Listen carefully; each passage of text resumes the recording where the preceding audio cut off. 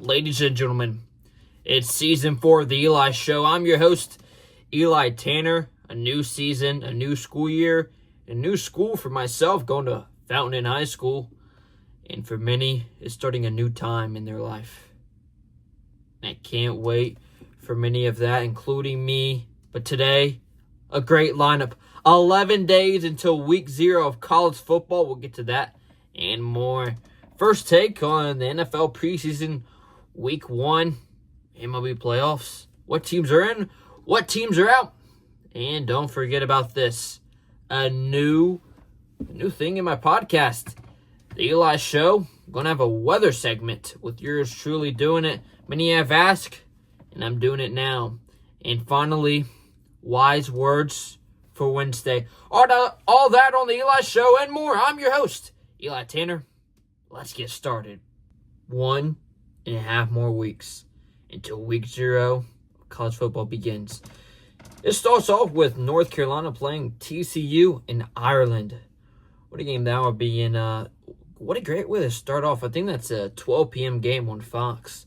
And it's going to be, a great game. North Carolina, Bill Belichick, second season with them, didn't have a great season. And, we're going to see how everything is going to get done. But I wanted to do this. If you guys didn't know, the AP preseason top 10 came out. I'll list it out for you. Ohio State, number 1. Oregon, number 2. Georgia, number 3. Notre Dame, number 4. Texas, number 5.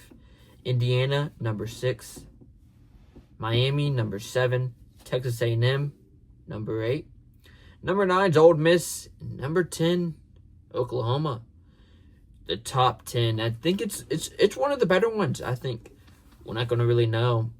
Is, top 4 teams of the playoffs this year going to be Ohio State, Oregon, Georgia, Notre Dame? No. I'm going to say Notre Dame is the top 4 in the playoffs. I'm not saying the other 3 won't make the playoffs in general. I'm just thinking Notre Dame, they're going to have a year, I feel like. They're going to have a pushback year. But I was thinking about this. Out of those top 10 teams, is that where I would have put them? And I'll list it out. Those same 10 teams, but in a different order. With number 1 being the champions, Indiana. And I know, who's their quarterback? I think if anything can happen, Indiana's a good team.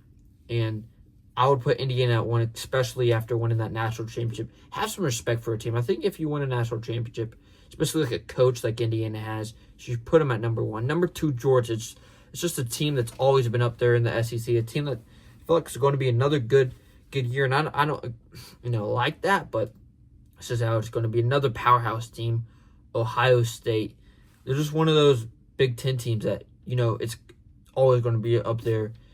Number 4, we have Texas. And I think the reason I put Texas at number 4 is I just feel like the quarterback and what Manning can do is, I think he has a high bar, and I think he's going to reach it.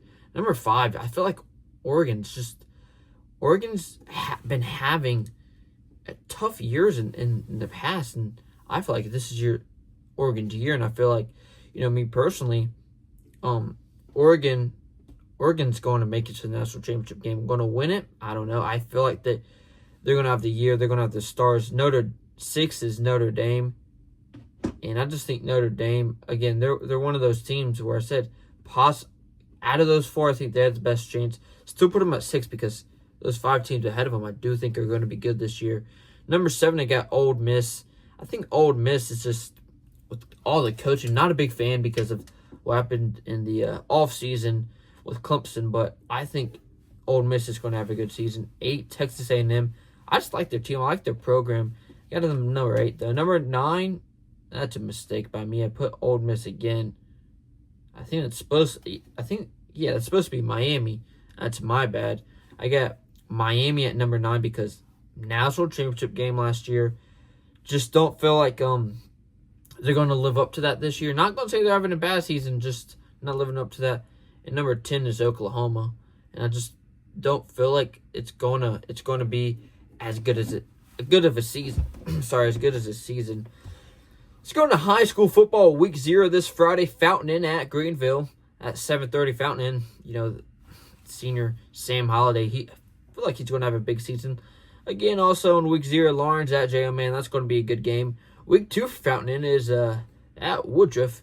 And then week 3, a big one. Supposed to be first home game versus Hillcrest.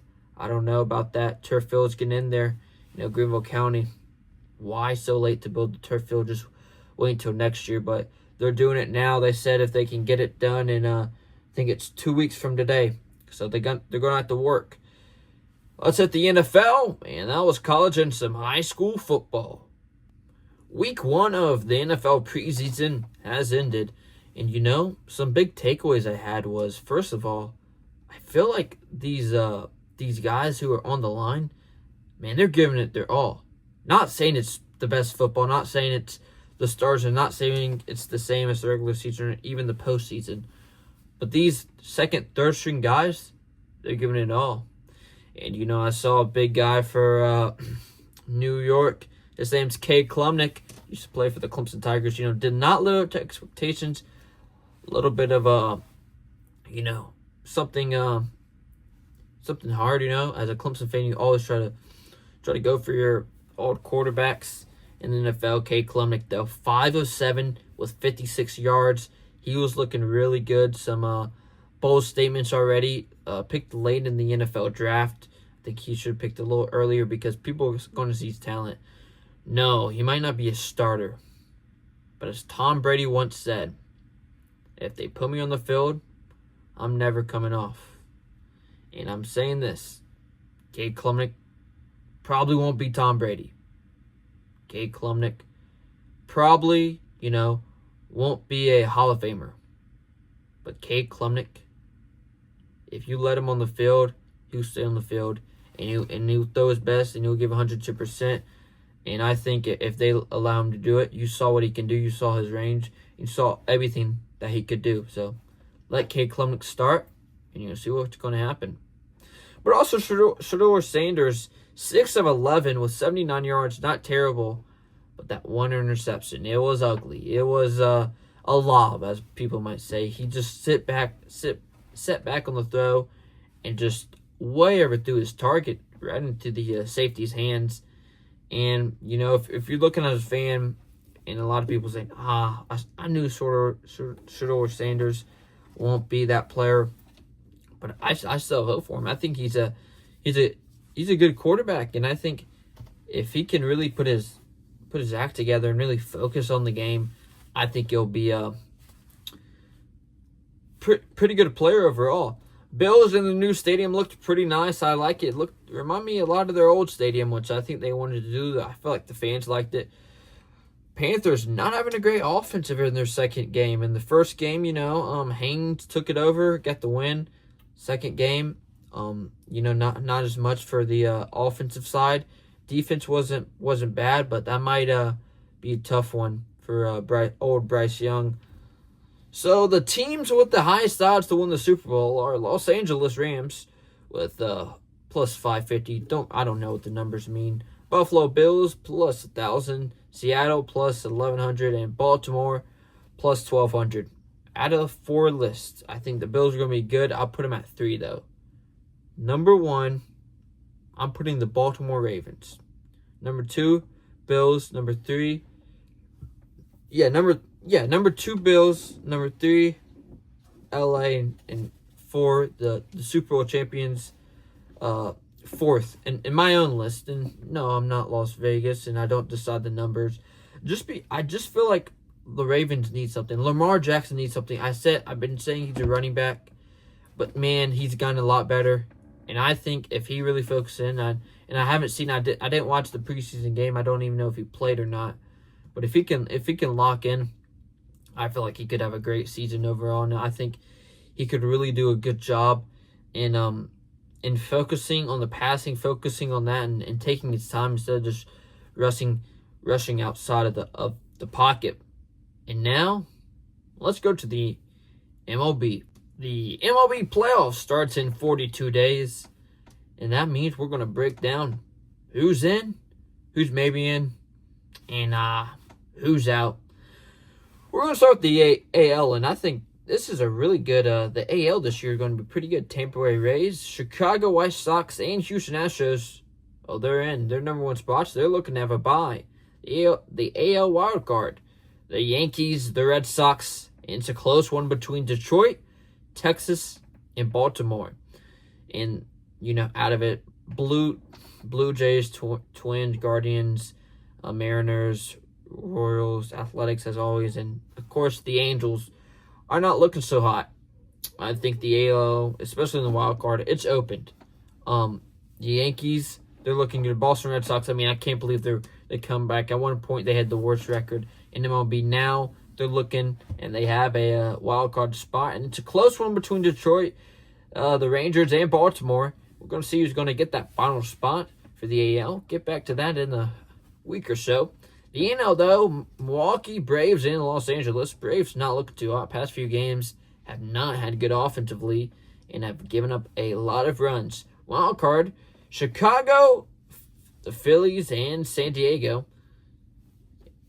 Those are the top three. But Arizona, San Diego, and Arizona are really battling it out. And Miami and St. Louis, sorry about that. They're battling it out. So the top three teams in that, it's hard to know right now. Phillies are looking good, Cubs are looking good, and then Padres, Diamondbacks, Marlins, and Guardians. It's going to be fight to win. 42 hard days, and I don't know how good my research is that counting the wild card or not, but just a few more series left for each team, and this is a big one. I think I heard that the Braves and Phillies have 5, maybe even 6 more series to go, just in this month and a half. And, it's going to be big. Especially Phillies are trying to get back on the Braves' tail and try to take that spot back in that part of the division, though. And the MLB right now, it's interesting because those teams that are out, they're not giving up. They're still trying, especially the Athletics. You just see odd highlights of them robbing home runs and all that.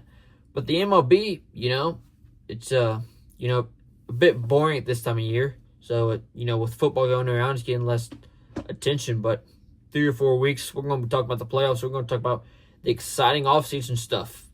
Now, let's get to the show, weather. For the first time, the Eli Show, weather edition. For Fountain Inn, it's going to be tomorrow 93 with a low of 71, a little bit of heat. Then on Thursday, it's getting back up to 95 with a low of 71. But Friday, it's going to get up to a high of 95 and get a low of 71. But after Friday, this weekend, a cold front is cooling us down into the 80s. It's going to feel good, much better with every day having a little bit of chance of a thunderstorm. But it's the summer, you never know. We need some rain here and a little bit of a... Actually, we're in a drought. Some rain last week did help us a little bit.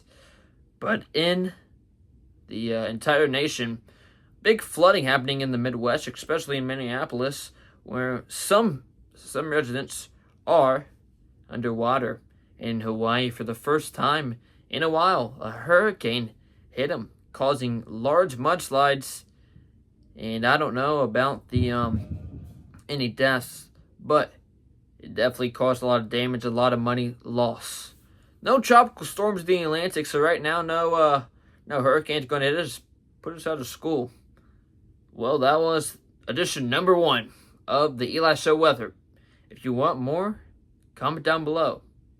I'm Eli. Let's send it back for wise words for Wednesday. Starting a new segment.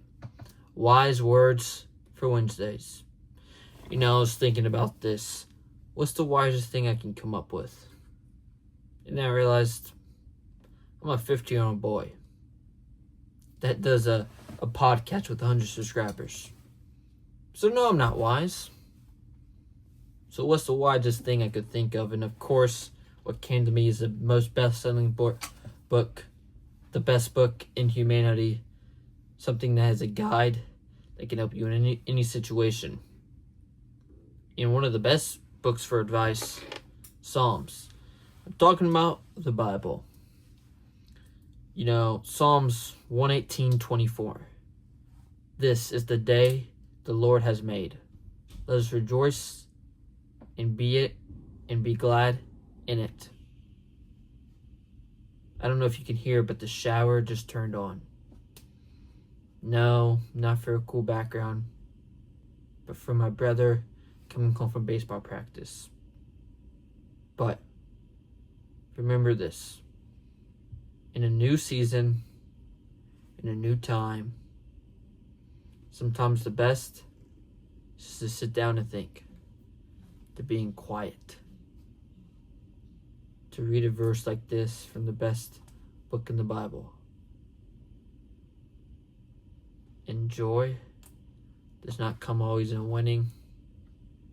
It's not coming in fun, but in true happiness. For many, it comes in different ways.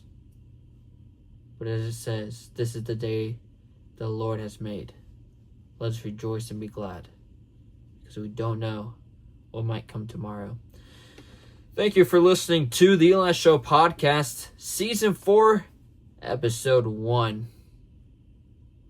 And if you're hearing this, Baron, thanks for watching. Keep doing the good work, kid. Well, that's it. Adios, amigos.